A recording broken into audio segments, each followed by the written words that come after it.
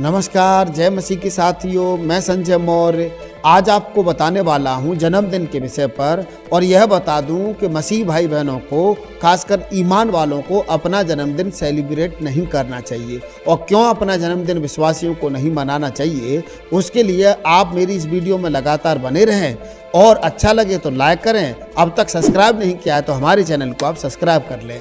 आपकी जानकारी के लिए बता दूं, बाइबल में एक भी शब्द इस बात की पुष्टि नहीं करता है कि ईमान वालों को अपना जन्मदिन सेलिब्रेट करना चाहिए या नहीं करना चाहिए। इसलिए लोगों के दो मत होते हैं। कुछ लोग कहते हैं कि जन्मदिन मनाना सांसारिकता है, इसलिए नहीं मनाना चाहिए। कुछ लोग ये कहते हैं कि जन्मदिन मनाने से कौन सा पाप होता है, मना लेना चाहिए एंजॉय के लिए।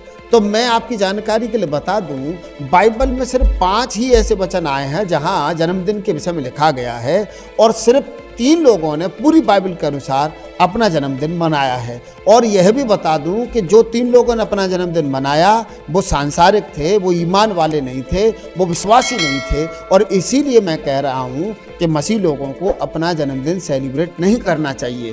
क्योंकि उत्पत्ति किताब 40 अध्याय 20 आयत में जब आप पढ़ेंगे तो वहाँ राजा फ़ेरो ने अपना जन्मदिन मनाया है, और अपने जन्मदिन की खुशी में उसने 2 कैदियों को बाहर निकाला, जिनमें से एक को उसने सजाए मौत दे दी। और होशे किताब 7 अध्याय की 5 आयत में एक राजा ने अपना जन्मदिन मनाया है, और उसने क्या किया कि अपने कर्मचारियों को मदिरा पिलाई, और उसने गलत लोगों से अपने हाथ मिला लिए।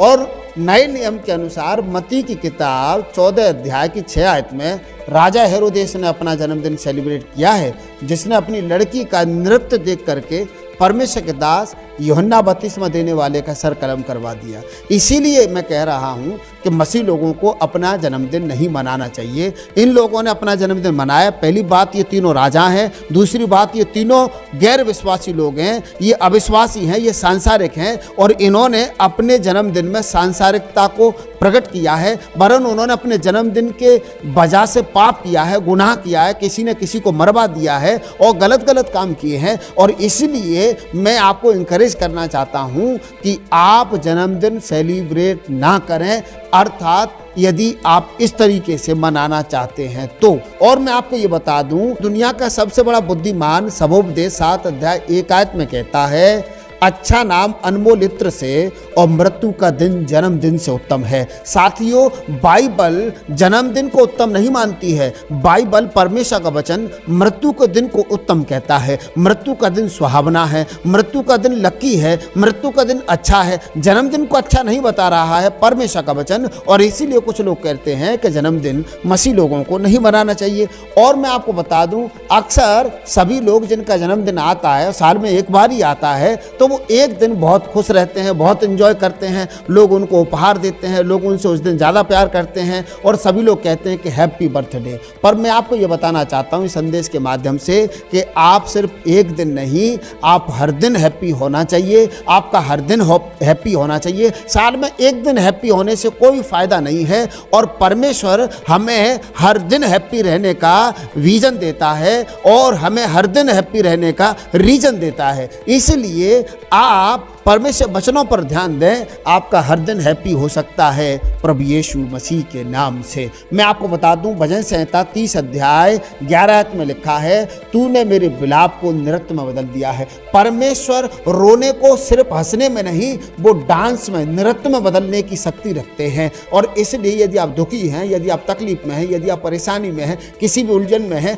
आप खुदा के करीब चले जाइए, परमेश्वर के पास चले जाइए। आप हैप्पी ही नहीं होंगे, वरन आप नृत्य कर पाएंगे, आप बहुत आनंदित हो पाएंगे प्रभु यीशु मसीह के नाम से। और भजन संहिता 16 अध्याय की 11 आयत में परमेश्वर का दास राजा दाऊद कहते हैं कि तू मुझे जीवन का रास्ता दिखाएगा, तेरे निकट आनंद की भरपूरी है, और तेरे दाहिने हाथ में सुख सर्वदा बना रहता है। साथियों, मैं आपको इंकरेज करना चाहता हूं, यदि आप चाहते हैं कि हर दिन आप हैप्पी रहें, आपका हर दिन हैप्पी हो जाए, तो परमेश्वर के करीब चले जाइए। वचन पुष्टि करता है कि तेरे निकट आनंद की भरपूरी है। उसके पास सिर्फ आनंद नहीं है, आनंद की भरपूरी है, और उसके दाहिने हाथ में सुख सर्वदा बना रहता है। आप उसके करीब रहने की कोशिश करिए, आप उसके और नज़दीक जाने की कोशिश करिए, आप हैप्पी हो जाएंगे प्रभु यीशु मसीह के नाम से। और जो संसार में लोग आनंद मनाते हैं, संसार में जो लोग अपना बर्थडे मनाते हैं, वो हैप्पी होने के चक्कर में, सांसारिक आनंद के चक्कर में बहुत गलत कर देते हैं,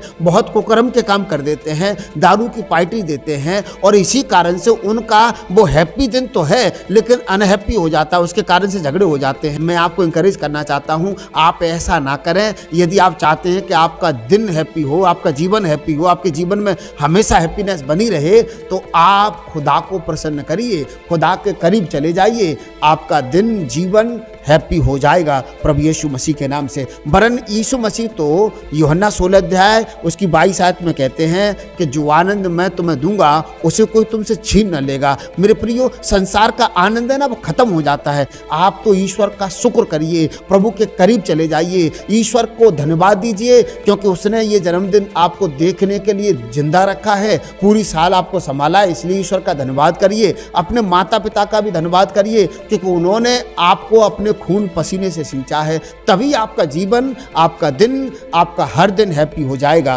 प्रभु यीशु मसीह के नाम से। तो बर्थडे मनाना कोई बुरी बात नहीं है, कोई पाप नहीं है, परंतु उस बर्थडे में आप पाप के काम मत करिए, आप धर्म के काम करिए। हो सकता है अपने पास्टर को बुला करके ऑफरिंग दे दीजिए, गरीब विधवा लाचार अनाथों को सब्जी खाना बांट दीजिए, कपड़े बांट दीजिए, और आप ईश्वर का शुक्र कर लीजिए, अपने माता पिता का शुक्र कर लीजिए। आपका जीवन, आपका दिन, आपका जन्मदिन हैप्पी रहेगा और हो जाएगा प्रभु यीशु मसीह के नाम से। अच्छा लगा हो तो मैं आपसे आशा करता हूँ कि आप मेरी वीडियो को लाइक करेंगे और हमारे चैनल को सब्सक्राइब करेंगे।